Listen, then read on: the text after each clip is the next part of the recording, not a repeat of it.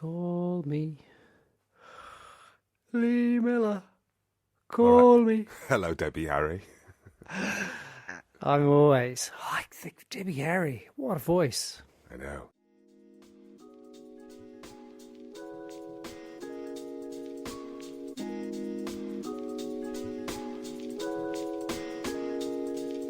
This is a podcast in which two friends talk about the pleasures, absurdities, and imperfections of being human.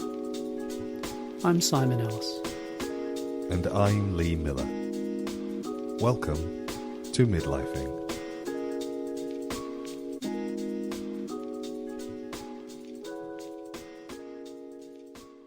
What a treat! What a treat to be. I feel a little bit like I'm drunk, which is not the case. It's just that it's 8 a.m. and I've been up very early, and then I fell back asleep, and I just kind of I've just kind of collected myself out of bed. Were you up very early because of bread? I was. Okay. So, what happens to bread in Sassari? Is there still bread? Yeah, I make a lot of bread. Oh, so you just make bread everywhere? Yeah. That's how I roll. That's how I like to. That's my identity. That's how I bread roll. Yeah. Sorry, I'm so sorry. It was a good one. I liked it. It was a good one. I'm glad you did. I'm glad. Yeah, all I do is I have to, because I was there a bit long for the starter to survive in the fridge. When I got back, it was a grey. I tried to revive it, and it was not looking good. And then I put a little bit of new starter in, and then it was fine. But I just travelled backwards and forwards with it. So in your 100 millilitres of liquid, you have a little bit. Well, it's not liquid because I make a really stiff starter, and it just doesn't. It looks like a thick paste, and you wouldn't even. It's not even a liquid. Oh, okay. Yeah, look at you. In that, you can just keep it in the fridge for weeks like that. And so, tip it upside Nice. down. It's basically like the bread equivalent of a hot chocolate in Italy. Non-Newtonian liquid. A non-Newtonian liquid, exactly. That's my test. Tip it upside down. It's good. Hot chocolate. Cioccolata calda. Or cioccolata is that. You don't even have to say the calda bit. Bang the top of it and you don't get any on your fingers. You have to slide your finger into it slowly to really appreciate it. Exactly. And nothing better than with a croissant, especially if it's a croissant as opposed to cornetto, which is an Italian version, which is more bready, less buttery. But a croissant, just dipped straight in that mofo, and wow. That's breakfast. Can I ask a question? Go. How are you coping? It's pretty dark. It's pretty grey. We had some sunshine yesterday. Oh, it was. There was some beautiful weather yesterday. There was also some torrential rain and some hail because England. But yeah. Yeah, it's been a bit shocking. I mean, I just had to step straight back into. I mean, not that I wasn't working, but going to work and which is it's all good. I'm doing some very interesting things at the moment, and but yeah, it was. I didn't feel a very strong pull towards. It wasn't some kind of gravitational pull back towards Blighty. Oh, I'm sorry to hear that. Yeah. I was thinking about you a lot this week for a variety of reasons, not least because in the middle of... You've got a job. You've got a job going. Oh, I'm so sorry. No. But in the middle of a staff meeting... That's when I like to be thought of, is during a staff. Somebody brought up the idea that there was lunch, and you thought of me. Go on, I'll let you finish. I'll shut up. I'm asleep. We always have staff meetings on an empty stomach so that we don't regurgitate. That's the rule. What a good practice! Just and you go leaving hungry, don't you? Absolutely. You finish them in leaving hungry. Keep them lean and mean, Lee Miller. If you go into a meeting hungry, you're likely to finish quicker.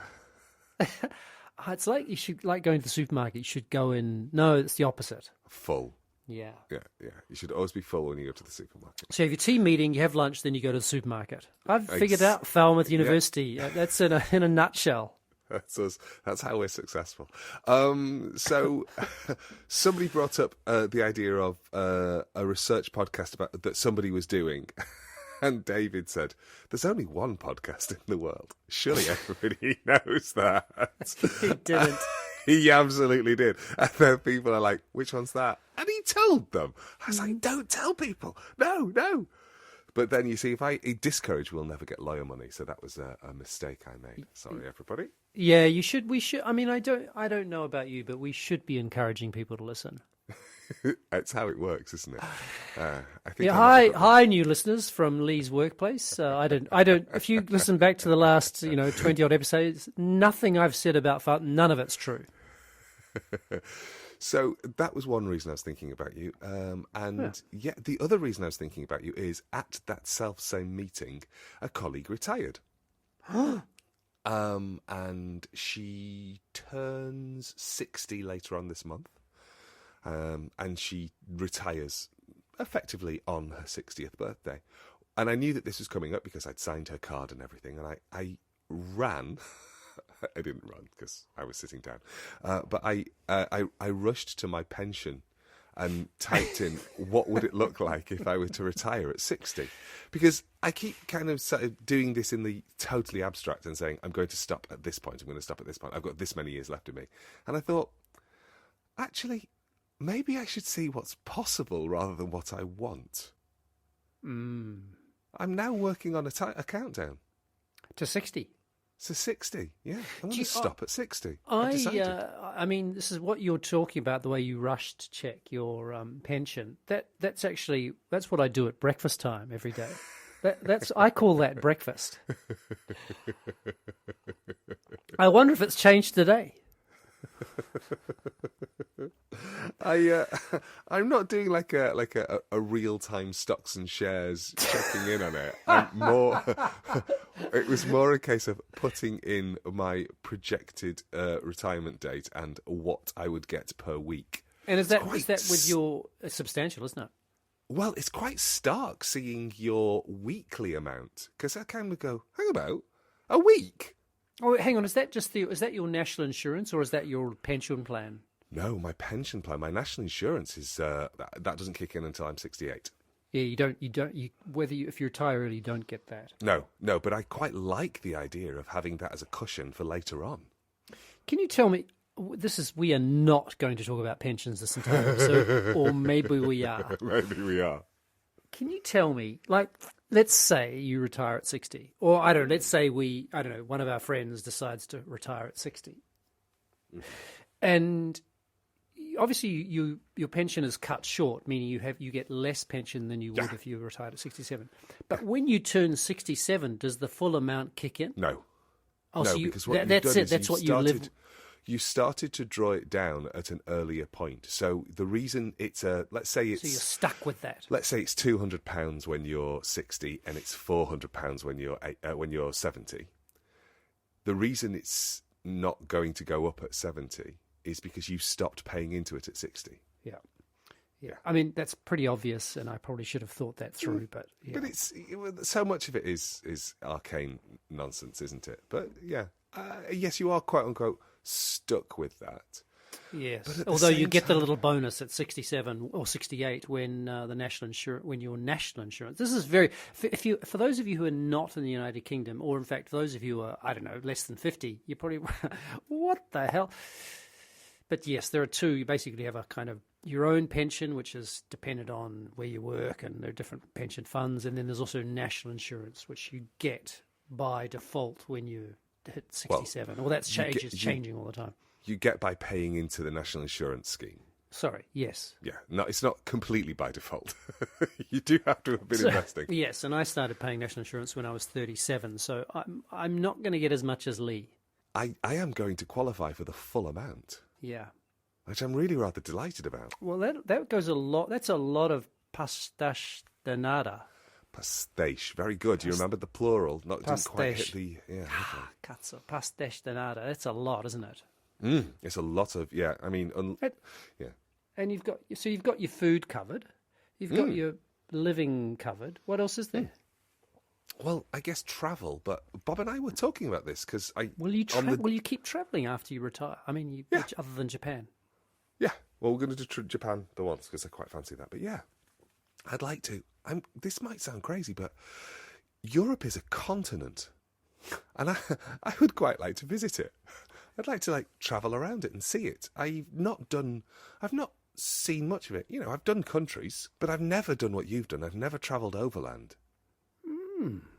I've never sort of gone, let's get on this train and see where it takes us. I would love to do that. Public transport, there's something to be said about, especially once you get into buses, like you get into places where there's only a bus. Like, to me, that you start to get a feeling for a place which is so different and so limiting in the best sense of the word. I love that. I do love that. Just let's go, let's get lost, to quote Chet Baker. Yeah, I've just been... because I was thinking, I'm going to New Zealand soon, and I know, which is kind of curious. I'm sort of excited and not, but I was thinking I'd hire a car, and then I've just struck me going, why would I do that? There's buses, and the difference in the length of time is not. Most of them are kind of direct, and the difference in time is not so bad, or it's a little bit, but not much. And also, I get to read, I get to look out the window. And so I'm going to, for the most part, I'm going to take buses, or I might even hitchhike a little bit. I've never done that. It's been a long time since I hitchhiked, that's for sure. Yeah. I think I would rely on buses, Simon. I'm not sure people collect hitchhikers anymore. Do you think? I think New Zealand, I think there still might be the possibility, especially, I don't know, I wonder if it's more likely I'll be picked up as a older man than the last time I did, which I was definitely still in my 20s when I last hitchhiked. And that would have been in New Zealand, but I've definitely hitchhiked in this country as well as Europe. But anyway, thinking about it. If you survive, tell us all about it. I know, what a story to tell. I used to do a podcast with a man who was buried by the side of a road. See, I immediately go to horror stories. I'm so sorry. As in horror films, not as in this is what happens. It doesn't happen. It only happens in films. Obviously. Yeah. Silly films. I think it has happened, Yes, but I think, is it more likely the person who picks you up, isn't it, than the actual person who's being picked up? Oh, I don't know. I think you're more likely to be killed by the person who picks you up than be killed by the person you pick up. Oh, yes, absolutely. No, I agree. It's only, I think, the Rutger Hauer, C. Thomas Howell, and, oh gosh, who was the other one? What's the woman's name? Oh, I've forgotten her name anyway. Jodie Foster. No, it wasn't. It was... Sybil Shepherd. Yeah, it was Sybil Shepherd. Sharon Stone. No, it's Sybil Shepherd. You were absolutely right. In the 1987 classic, The Hitcher. It wasn't Sybil Shepherd. Yeah, that's it. We've rewritten history. It was Sybil Shepherd in The Hitcher. Who was with Rutger Hauer in The Hitcher? You don't know, do you? You can't remember. I can see her face. I'm struggling. She was with Phoebe Cates in Fast Times at Ridgemont High. Oh. She was in the... Farrah Fawcett Majors.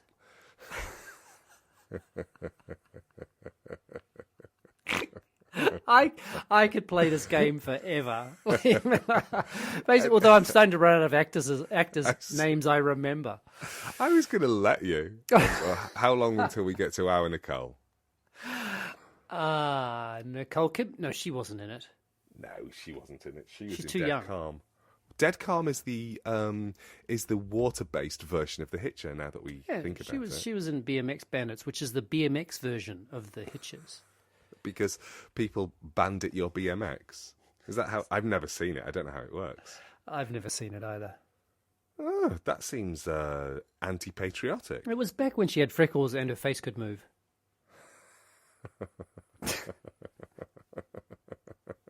That is, yeah. I'm not going to get into a conversation about the immobility of Jennifer Jason Leigh. Oh, you are. Wow, what just went on in that little break? That big break. I think remembering things on the tip of the tongue. I had to go through the various things that she was in and just sort of come at it from the side and remember other people's names. Lil's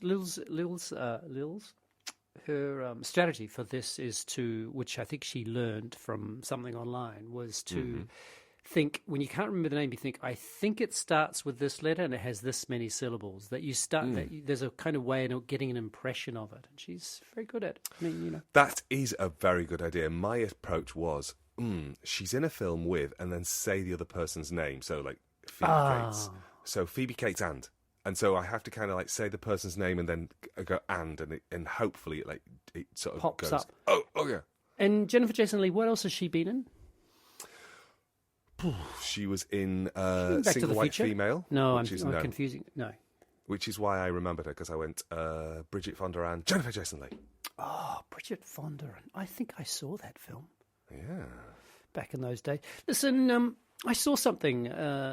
I unlike you, I have to take 2 flights at this time of year. 2 flights to get to Sardinia, and I saw as we arrived. So I flew into Rome Airport, just a little jink over the Mediterranean. Yes, it was like Rome Airport. If anyone's ever been there, it is a pretty amazing airport, I have to say. It's outrageously busy, as airports tend to be, but as I was walking down those long halls you get to walk down when you're on a cheap flight. Yes. There was a Because they plane. park you as far away as possible, and they're just like, you're undercover. Just walk for 15 minutes.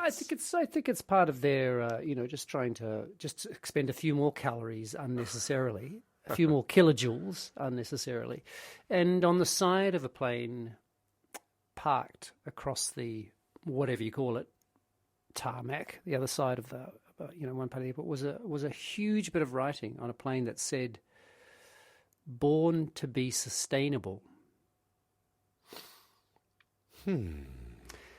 And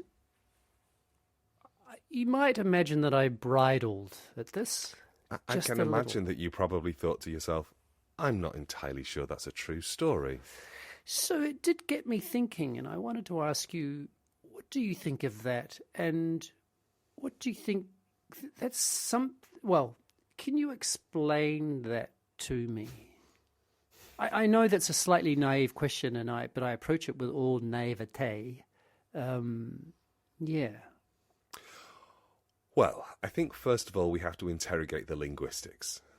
Because an aeroplane, and this might be a shock to many of you, an aeroplane isn't born. Yeah, the born word is the one I was fascinated by. Yeah, because it's made. They're made, they're built, they're engineered, they're constructed. Many so brilliant being words, born is natural, isn't it? It's something that Yeah. happens to the natural world. Yeah. And, I guess we could talk about the birth of a company, because that's an entity Metaphorically, than... we use it Yeah, metaphorically exactly. in that sense. Yeah. Yep. Because companies are functioning in something that looks more organic than a machinic complex. Or the birth of a podcast, or the birth of a rivalry even. The birth of a nation, famous. Or birth of a heated rivalry. Have you seen it yet? No. Oh, come on. So, yeah, I don't think I can explain it, because the born just makes me go, oh. I guess the thing that and maybe it was just it's a question about advertising in general, right? And the way it works on us, that in a way there's something about it trying to sort of sneak under our skin, or sneak under our kind of radar in terms of what is and what isn't, and that somehow I might equate what I'm doing with a sustainable practice, that it operates at a level way, way beneath my kind of level of awareness, or that it's reassuring or something like. Maybe this is a very obvious conversation, but boy, it had the opposite. It certainly, all it did was remind me of the exact opposite. There's a journalist called Owen Jones. Well, quite well known in the United Kingdom for being very left and very, very articulate. Very articulate. Yeah, I mean, for the most part, I find him quite interesting, although sometimes I can find him a little bit... If you were being kind, you'd call him strident, wouldn't you? Yes. And I think probably I would say that 80% of the time I find him strident, and then there are times when I just think, I'm not sure what this is adding to the discourse. I find him a little bit shouty. I haven't read an Owen Jones article in a long time, though, but go on. I find his perspective very interesting, and he's Especially as a working significantly- class, Absolutely. working class gay man. Yeah, exactly. Significantly less shouty than somebody like Piers Morgan. So it's like, it's just. I also have to get out of my own way and think, am I being trained to think he's shouty because he's working class? Because when somebody's a toff, I don't think they're shouty. I think they're articulate. All of those sorts of things. So I'm aware of the complexity of the narratives that I am being bought into. But he took a photograph and posted it to his Instagram of an advert on the wall of a tube. For those of you who've never been in the UK, the tube, London Underground, is called the Tube, colloquially, and it has curved walls. So that when you put a poster on it, it kind of curves away from you. It's just important. It's not important. It's just nice to know what I'm looking at. But I'm looking at one of these curved posters, and it's a photograph taken from behind two children. One, based on their height, looks to be around about 8. The other one probably about 4. The children are so they're full length in the sense that you can see them. No, you can see them in relationship to one another. You can see from the shoulders up of the smaller one and from the mid back up of the taller one, and they're in the foreground and they are blurred. They're looking away from the camera and they're looking towards a decimated scape of Gaza in front of them. Right. And the tagline on the poster is, "The future is uncertain. The facts shouldn't be. Times change. Read the Times." I think this is one of those things about advertisements, is that the Times has been, I would probably land on the word rabid. Yeah, let's go with rabidly Zionist. Even if you would just quieten that down, it's like just gently, rabidly Zionist. Even if you were to just remove any adjective and just say Zionist in its approach to don't how don't qualify the Zionism. Yeah, if you were to just like utilize that, or even let's make it so that I don't end up being accused of anti-Semitism, which is what a recent Labour MP said about the utilisation of the word Zionism. So that's interesting. Okay. Yes. It's like critiquing Islam and being called Islamophobic, isn't it? Yeah, yeah. So let's pause for a second and say, maybe I'm going to land on the word pro-Israeli. How's that? And it's still a word because it's a hyphenate. It's not 2 words, just in case anybody was going to go, oh, he said 2 words there and said 1 word. No, it's a hyphenate, so it's technically 1 word. Oh my God, the semantic bubbles. So anyone think you're an academic the way you're kind of wallowing in all those bubbles? Just get on with this shit, man. So, given how pro-Israeli the Times has been, for them to utilise that image and that tagline is, I find galling. It hard to think. Galling. There we go. Lovely. I would say sickening. I would say repellent. I would kind of go crass and cruel. I think Owen Jones finds even more shouty words, but I think there is something there about the apparent naivety of your question around born to be sustainable, which I don't think is a naive question when you're asking about, is this what advertisement does?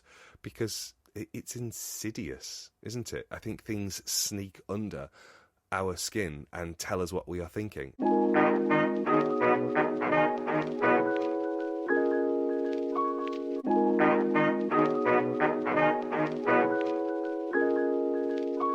Hey, we should go, but I wanted to just recount something very briefly from the other day. I've getting my passport renewed, and of course getting the photo taken is hilarious because, of course, I just did a selfie, right?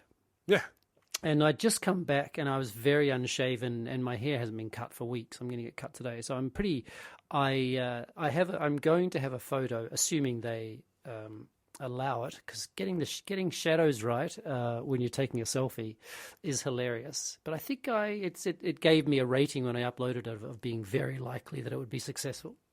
But I am going to have a photo of me of a passport photo of me looking like a slightly crazed middle-aged man. It really is the most hilarious photo.